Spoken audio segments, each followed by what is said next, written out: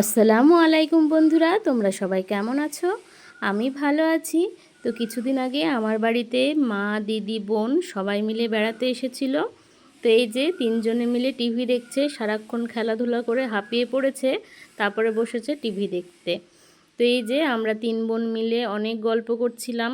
এইখানে মাও ছিল, তবে আমার মা ক্যামেরার সামনে আসতে খুব একটা পছন্দ করেন না।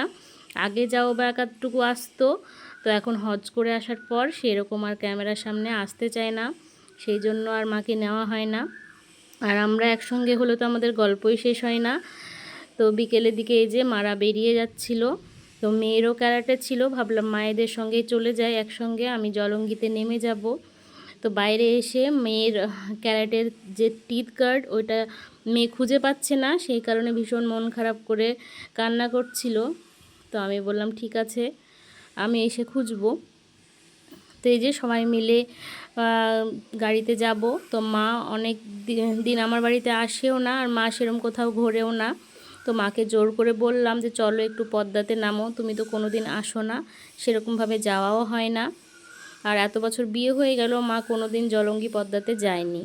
তো মাকে জোর করেই নামানো হয়েছিল। তো এই যে এটা পদ্মা, আমাদের জলঙ্গি। আর এইখানে এই খরগোশ, অনেক রকম পাখিও ছিল। তো দেখো খরগোশগুলো কত কিউট, পাখিও ছিল অনেকগুলো।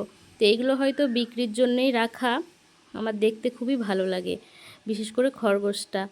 তো এই পদ্মাতে যখন প্রচুর পানি হয়, এই যে সিঁড়িগুলো পর্যন্ত পানি চলে আসে। আর এখন দেখো একদম চর, কিছুদিন পর আবার ভরে যাবে পানিতে। তো আমরা বিকেল টাইমে গেছিলাম 4টের দিকে, সেই কারণে তেমন লোকজন ছিল না, তবে সন্ধে হলে অনেক লোকজন হয়। আর অনেক দূর দূরান্ত থেকে আমাদের জলঙ্গি পদ্মা ঘুরতে আসে, এক রকমের আমাদের জলঙ্গি পদ্মাটা পুরো ভাইরাল।